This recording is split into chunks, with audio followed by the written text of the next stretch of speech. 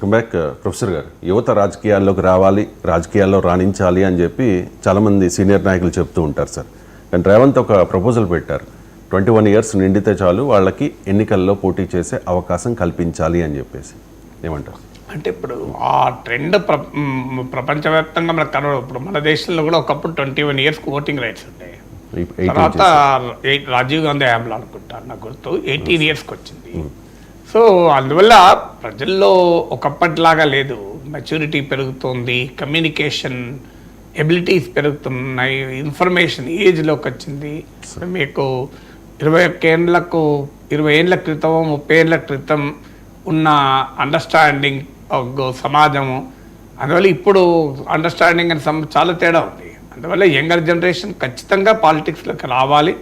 So 25 years ఉండాలి అన్నదానికి ఏ ప్రాతిపదిక లేదు కదా. So it's there is no standard rule. అలాగే 25 years అయితేనే ఎలక్షన్లో పోటీ చేయొచ్చు. ఎందుకంటే మీకు విద్యార్థి నాయకులుగా ఉన్న వాళ్ళు దేశ రాజకీయాల్లో చాలా కీలక పాత్ర పోషించారు. మీకు దేశ రాజకీయాల్లో చూస్తే టాప్ లీడర్స్ చూస్తే మీకు 2 ట్రెండ్స్ కనబడతాయి. ఒకరు వారసత్వంగా వచ్చిన వాళ్ళు, రాజకీయాల్లో ఇది వారి కుటుంబాలు, తండ్రులు, తాతలు, ముత్తాతలు రాజకీయాల్లో ఉంటే నాయకులు అయ్యారు. ఇంకో స్ట్రీమ్ ఆఫ్ పొలిటికల్ లీడర్షిప్ మీరు చూడండి, విద్యార్థి రాజకీయాలు చాలా చురుగ్గా ఉన్న రోజుల నుంచే వచ్చారు.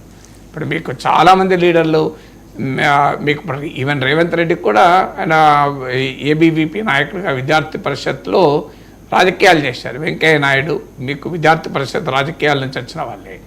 ఈవెన్ చాలామంది మీకు ఆ student politics, Venkaiah Naidu Andhra university విద్యార్థి రాజకీయాల నుంచి వచ్చారు. సీతారాం యేచూరి లాంటి వాళ్ళు జేఎన్యూ, జవహర్లాల్ నెహ్రూ యూనివర్సిటీ రాజకీయాల నుంచి వచ్చారు. ఈవెన్ చంద్రబాబు నాయుడు కూడా శ్రీ వెంకటేశ్వర యూనివర్సిటీ పాలిటిక్స్ నుంచి ఎమర్జ్ అయ్యాడు. సో అందువల్ల చాలామంది నాయకులు స్టూడెంట్ పాలిటిక్స్ నుంచి ఎమర్జ్ అయ్యారు. అందువల్ల that proposal need serious thinking. So younger generation అయితే యంగర్ జనరేషన్ రాజకీయాల్లో వాళ్ళకు పోటీ చేస్తానికి అవకాశాలు వస్తాయా? ఇవాళ ఉన్న రాజకీయాలు డబ్బు ప్రభావము, అదొక డిఫరెంట్ క్వశ్చన్. అది 25 కైనా అది వర్తిస్తుంది, 21 కైనా వర్తిస్తుంది. సో కానీ 21 yearsకు మెచ్యూరిటీ ఉండదు, 25 yearsకే మెచ్యూరిటీ ఉంటుంది. అంటే 70 ఏళ్ళు 80 78 years ట్రంప్కి ఏం మెచ్యూరిటీ ఉంది? ట్రంప్కు మెచ్యూరిటీ ఉందని నాయకుడు చెప్పగలమా? కానీ ట్రంప్ను అమెరికా ప్రజలు ఎన్నుకోలేదా? సో అందువల్ల రోజు రోజుకు లాంగివిటీ పెరుగుతుంది.